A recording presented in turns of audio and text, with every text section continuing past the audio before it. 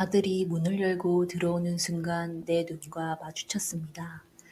그의 얼굴은 피가 싹 가신 듯 창백해졌고 손에 들고 있던 서류가 바닥에 떨어졌습니다. 엄마가 여긴 어떻게? 목소리는 갈라지고 눈빛에는 믿기지 않은 공포와 당혹이 뒤섞여 있었습니다. 나는 천천히 의자에서 일어나 아들을 똑바로 바라봤습니다. 그리고 단호하게 말했습니다. 난 여기 어엿한 대표로 왔다. 순간 회의실 공기가 얼어붙었습니다. 숨소리조차 들리지 않는 정적. 그러나 곧 임원 한 사람이 자리에서 벌떡 일어나 제 손을 내밀었습니다. 아, 박순자 대표님이시군요. 기사에서 보고 꼭 뵙고 싶었습니다. 직접 뵙게 되어 영광입니다. 아들의 굳은 표정과 임원들의 존경 어린 눈빛, 그 대비가 회의실을 가르는 칼날처럼 날카로웠습니다. 70이 넘은 평범한 할머니인 제가 가족들의 무시 속에서 세상에 제 이름을 빛낸 성공신화가 궁금하신가요? 시청하시기에 앞서 좋아요와 구독 한 번씩 부탁드립니다. 정말 큰 힘이 돼요. 저는 평생 밥상 앞에서 제 존재를 확인하며 살아왔습니다. 아이들 어릴 적엔 하루 세 끼를 찾아주며 엄마, 맛있다. 는 말 한마디에 힘이 났고 남편이 살아있을 때는 여보, 오늘은 국물이 끝내주네. 라는 말에 하루의 고단함이 풀리곤 했습니다. 그런데 요즘은 밥상을 차리기도 전에 제 존재가 부정당하곤 합니다. 어머님, 그거 뭐 하시는 거예요? 며느리 미진이가 주방 문턱에 서서 묻습니다. 된장찌개, 오늘은 호박이랑 두부 넣으려고. 아유, 애들은 그런 거 안 좋아해요. 요즘은 다 샐러드랑 닭가슴살 같은 걸 먹는다니까요. 어머님이 끓인 건 짜고 기름지다고 하잖아요. 그 말에 손자 태윤이 거실에서 소리쳤습니다. 맞아, 할머니 음식 먹으면 속이 더부룩해요. 우리 반 친구네는 매일 저녁에 샐러드가 포장으로 먹는다고 하던데. 저는 국자를 들고 잠시 멈췄습니다. 제 손끝에 오래 배어있는 국물의 냄새와 그들의 입에서 쉽게 튀어나오는 말 사이에 깊은 골짜기가 생겨버린 것 같았습니다. 그날 저녁 저는 처음으로 밥상이 제 자리를 빼앗아가는 것처럼 느꼈습니다. 찌개가 보글보글 끓는 소리를 들으며 마지막 간을 봤습니다. 멸치와 다시마를 오래 달여 국물을 내고 호박을 얇게 썰어 넣었지요. 두부는 칼이 아니라 손으로 부었습니다. 그게 훨씬 부드럽다고 제 어머니가 제게 가르쳐 주신 방식이었습니다. 저는 여전히 그 방식을 고집합니다. 그게 손맛이고 그게 세월이라고 믿기 때문입니다. 그러나 제 마음은 벌써 흔들리고 있었습니다. 식탁에 앉은 태유는 휴대폰만 들여다봤습니다. 할머니, 오늘은 배달 안 시켜요? 친구네는 월요일마다 피자 먹는데. 찌개가 맛있게 됐어. 피자는 주말에. 찌개는 짜서 속이 안 좋아. 그 말은 단순한 투정이 아니었습니다. 제 손맛이 그 아이 입에서는 해로운 음식으로 바뀌어버린 순간이었습니다. 아들 준호가 퇴근하고 들어와 넥타이를 풀며 말했습니다. 엄마, 도장 어딨어요? 서류에 도장 좀 찍어야 하는데. 도장? 무슨 서류인데? 집 담보대출 좀 돌려막으려고요. 잠깐만 쓰는 거예요. 저는 숟가락을 내려놓으며 말했습니다. 집은 내 아버지랑 내가 30년 모아 산 거야. 그런 건. 그러나 말은 거기서 잘렸습니다. 아, 엄마 또 옛날 얘기. 요즘 시스템은 엄마가 잘 모르시잖아요. 모르시잖아요. 그 말은 비수가 되어 제 가슴에 꽂혔습니다. 저는 모르는 사람, 그래서 의견을 낼 수 없는 사람, 도장만 찍으면 되는 사람, 제 자리가 그 말 한마디로 정리되는 듯 했습니다. 식탁 위의 찌개는 식어가고 있었습니다. 며느리 미진이는 젓가락을 내려놓고 조심스레 말을 꺼냈습니다. 어머니, 저희가 요양원도 좀 알아봤어요. 시설도 깨끗하고 프로그램도 많더라고요. 거기 가시면 또래분들이랑 지낼 수 있어요. 내가 어디를 간다고? 그게 어머님 혼자 계시기 심심하시잖아요. 낮에는 저희도 바쁘고. 할 일이 없다고? 저는 그날도 행주를 삶아 햇볕에 말렸고 고장난 프린터 때문에 손자의 숙제를 3번이나 다시 출력해 줬으며 찌개를 끓이기 위해 무와 호박을 사들고 2번이나 시장을 다녀왔습니다. 하지만 그 모든 건 아무 의미가 없었습니다. 제가 한 일은 집안 사람들의 눈에 보이지 않았으니까요. 그날 밤 불을 끄자 집이 낯설게 느껴졌습니다. 예전에는 아이들 발자국 소리와 밥 짓는 냄새로 가득했는데 이제는 충전기 불빛과 공기청정기 소리만이 집을 채우고 있었습니다. 창밖으로 버스 정류장에 불빛이 보였습니다. 그 아래 서 있는 노인들의 어깨가 제 눈에 들어왔습니다. 비닐봉지를 든 노인, 지팡이를 집은 노인, 허리를 곧게 편 노인들. 저는 그들의 얼굴을 보며 생각했습니다. 그들도 집에 돌아가면 나처럼 아무도 들어주지 않는 말들과 싸우겠지. 그날 이후 저는 제 이름이 점점 집안에서 사라지고 있다는 걸 느꼈습니다. 예전에는 식탁에 앉으면 모두가 저를 불렀습니다. 엄마, 물 좀 주세요. 엄마, 밥 더 있어요? 귀찮기도 했지만 그건 분명히 제가 살아있다는 증거였습니다. 하지만 요즘은 그 소리가 사라졌습니다. 하루는 제가 거실에 앉아 TV 뉴스를 보고 있었습니다. 기업 도산 소식과 경제 불안 이야기가 나오길래 저는 옆에서 서류를 보는 아들에게 조심스레 물었습니다. 준호야, 요즘 회사는 괜찮니?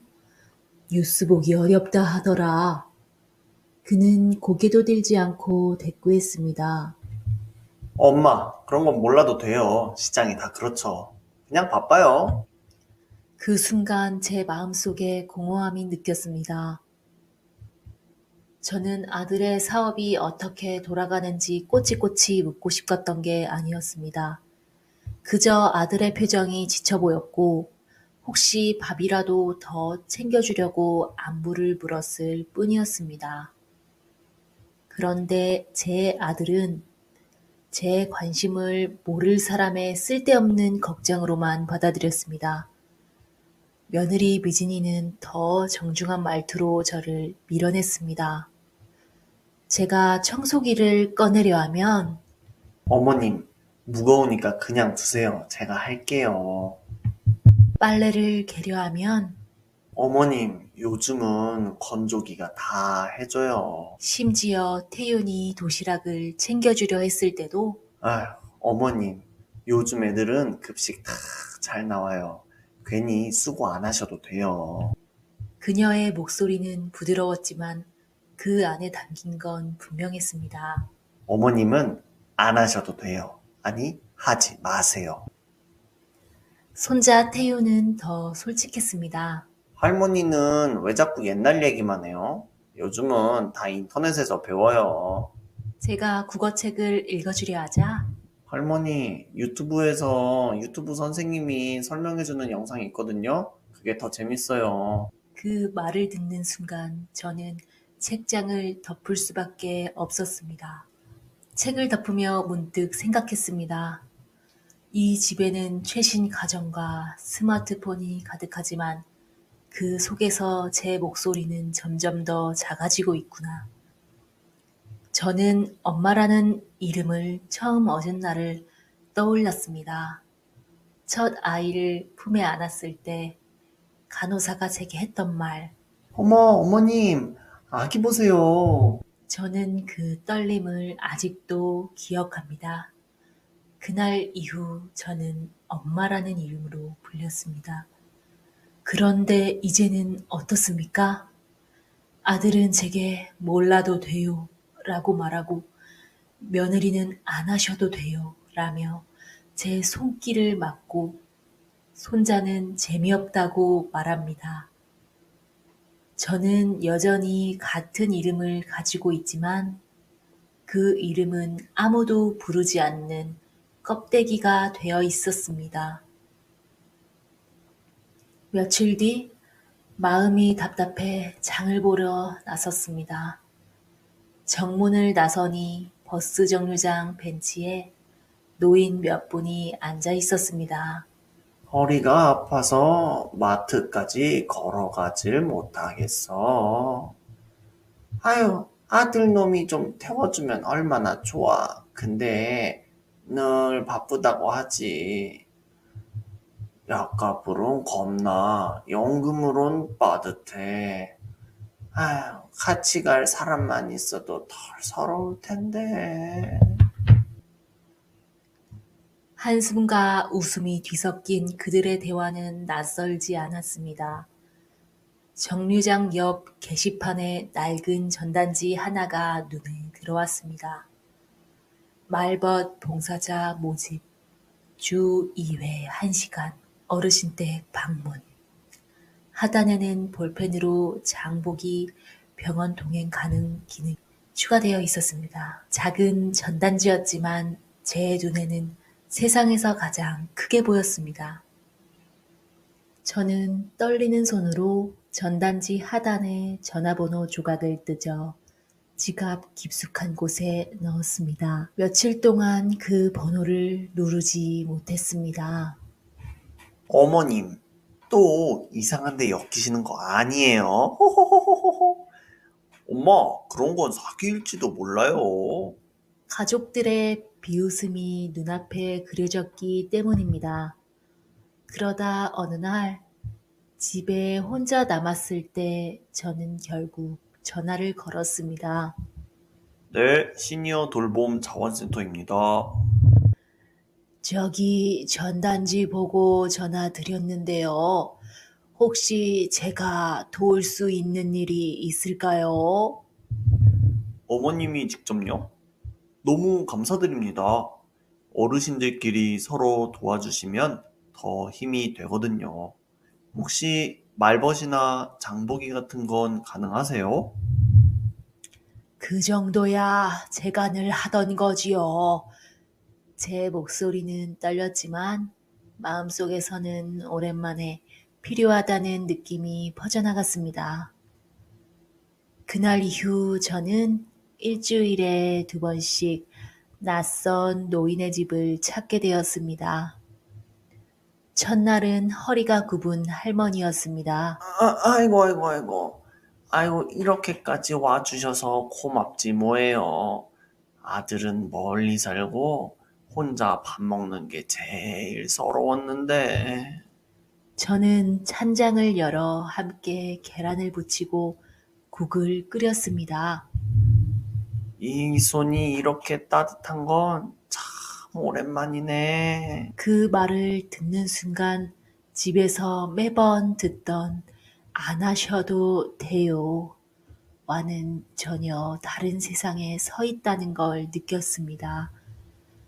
여기서는 제 손끝이, 제 목소리가, 제 이름이 분명히 필요했습니다.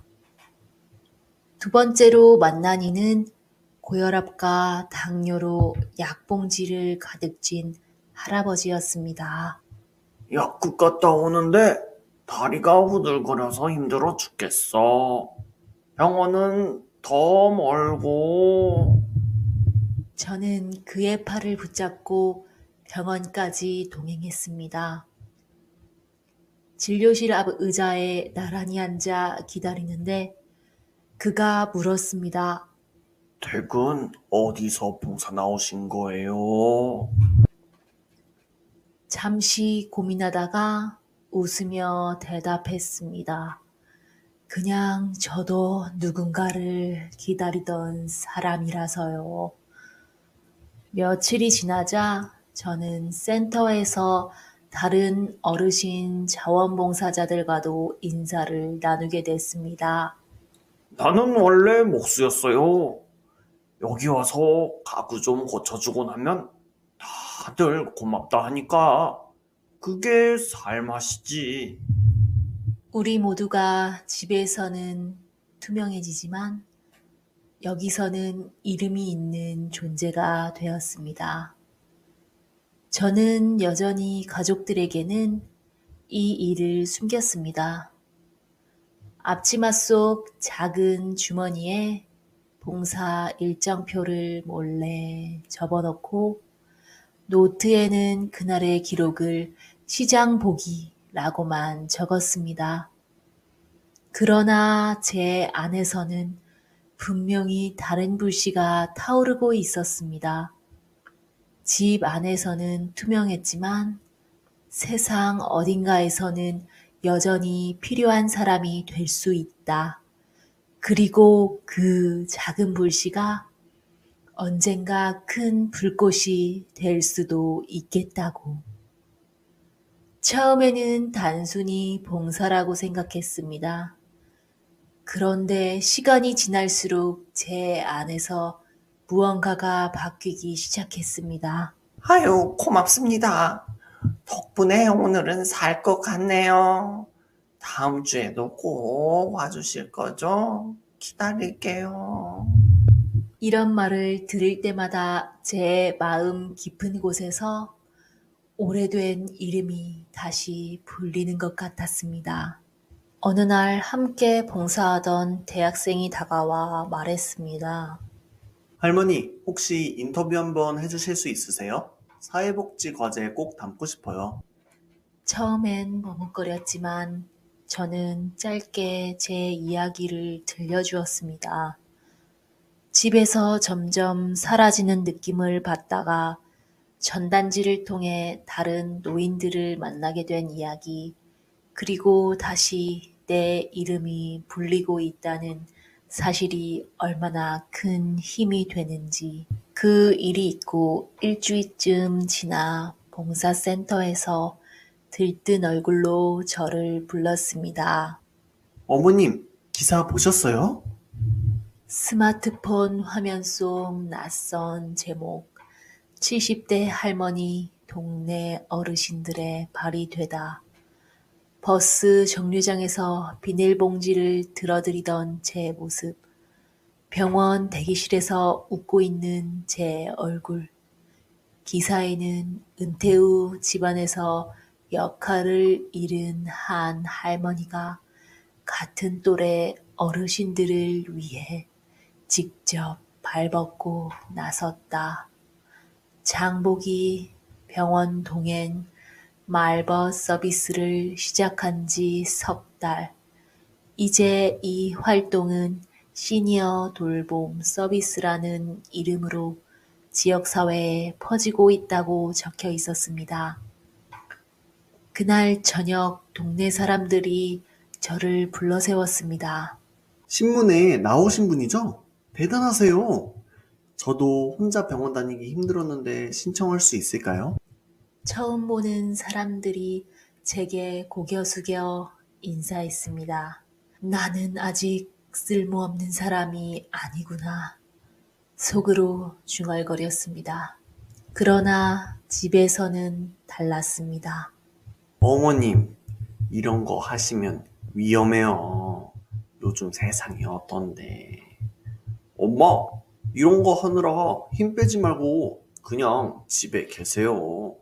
그런 건 젊은 사람들이 할 일이지. 밖에서는 내 이름을 존중받는데 집 안에서는 여전히 투명한 존재일 뿐이었습니다. 며칠 뒤 센터에서 연락이 왔습니다. 어머님, 지난번 기사 반응이 좋아서요. 다른 구청에서 관심을 보이고 있습니다. 지원금을 받아 정식으로 서비스로 확대하려고 하는데 함께 해주실 수 있으신가요? 가슴이 뛰었습니다. 세상은 분명히 제 이름을 불러주고 있었습니다. 전화가 빗발치고 이웃 동네에서도 문의가 들어왔습니다. 센터는 작은 사무실을 얻었고 대학생과 은퇴자들이 하나둘 모였습니다. 어느새 제 손에는 창업자라는 명함이 지어져 있었습니다. 시니어 돌봄 네트워크 설립자 박순자. 내 이름이 다시 세상에 쓰이고 있었습니다. 그러던 어느 날 센터에 낯익은 이름의 서류가 들어왔습니다. 바로 아들 준호가 다니는 무역회사였습니다. 어머님, 우리 프로그램 성과가 좋아서 투자를 검토한다고 하네요. 심장이 쿵쾅거렸습니다. 엄마, 몰라도 돼요. 라던 그 아들의 회사가 지금 우리를 붙잡으려 하고 있었습니다. 정식 미팅날 작은 회의실. 한쪽에는 우리, 다른 한쪽에는 아들과 그의 상사, 임원들. 아들이 문을 열고 들어오는 순간 내 눈과 마주쳤습니다. 그의 얼굴은 순식간에 굳었습니다. 엄마, 여기서 뭐 하세요?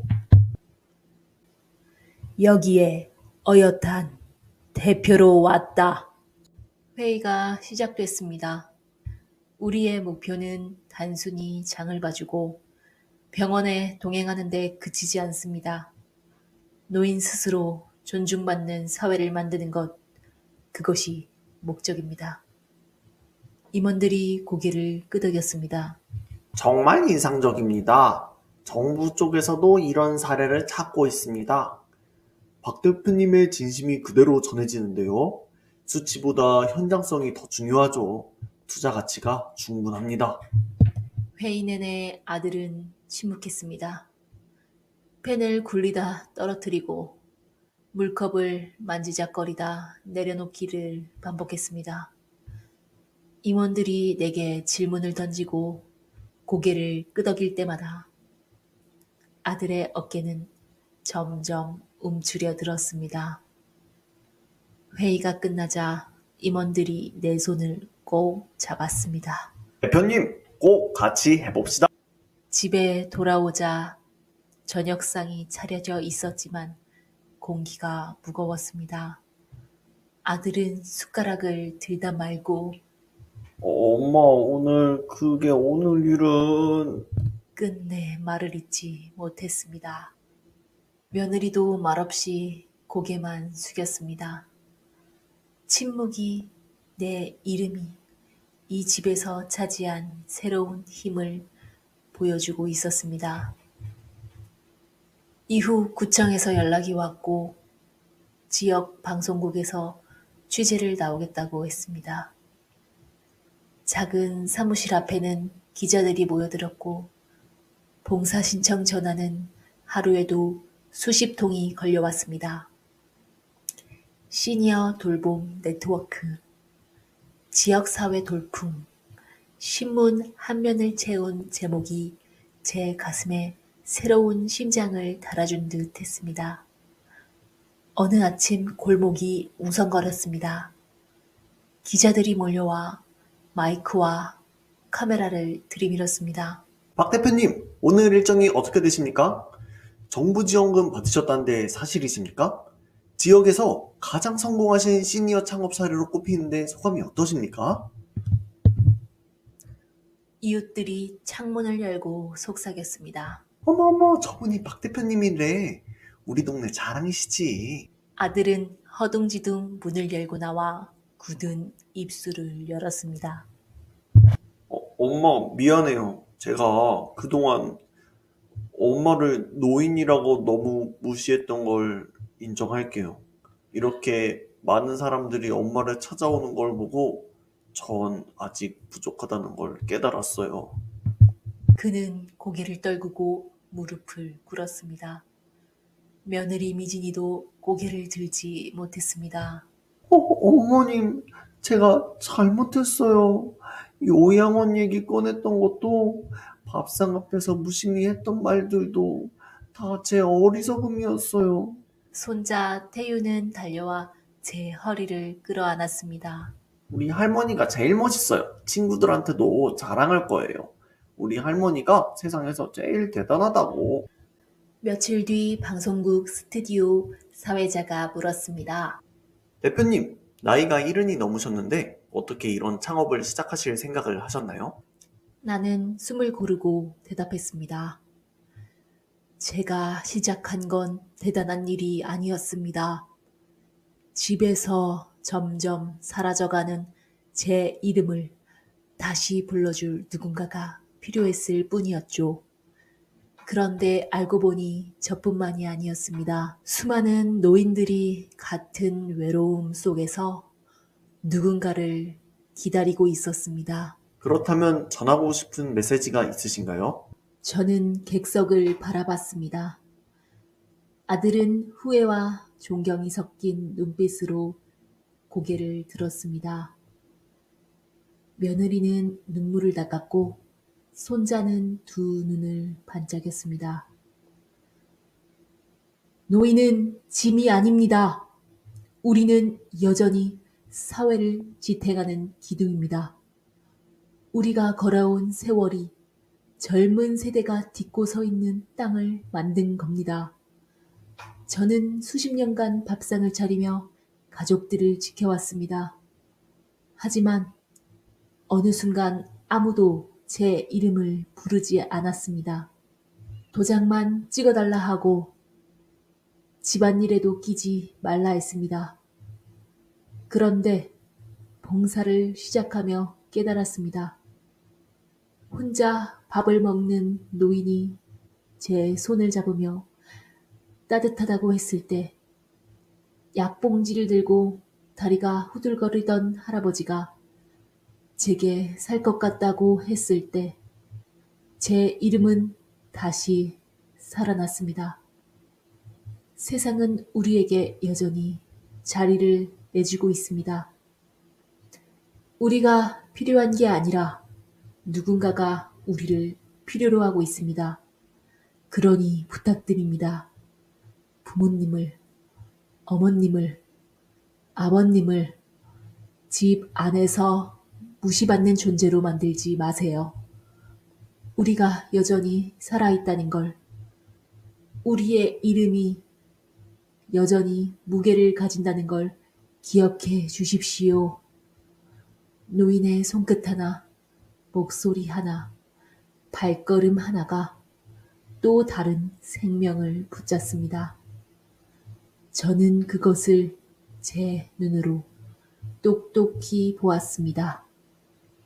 그러니 제발 우리를 사라지게 하지 말아 주십시오. 우리는 지금도 사회를 떠받치는 기둥입니다. 스튜디오는 고요해졌다가 곧 박수 소리로 가득 찼습니다. 사회자도 마이크를 내려놓고 박수를 보냈습니다. 아들과 며느리는 객석에서 어깨를 들썩이며 울었고, 손자는 자리에서 벌떡 일어나 두 손이 빨개지도록 박수를 쳤습니다. 방송이 끝난 후 분장실 거실 앞에 앉았습니다. 세월이 깊게 패인 주름 사이로 낯설지만 단단한 빛이 비쳤습니다. 여러분들 중에서도 이런 사연을 가지신 분이 계신가요? 계시다면 댓글을 꼭 남겨주세요. 그리고 좋아요와 구독 부탁드립니다.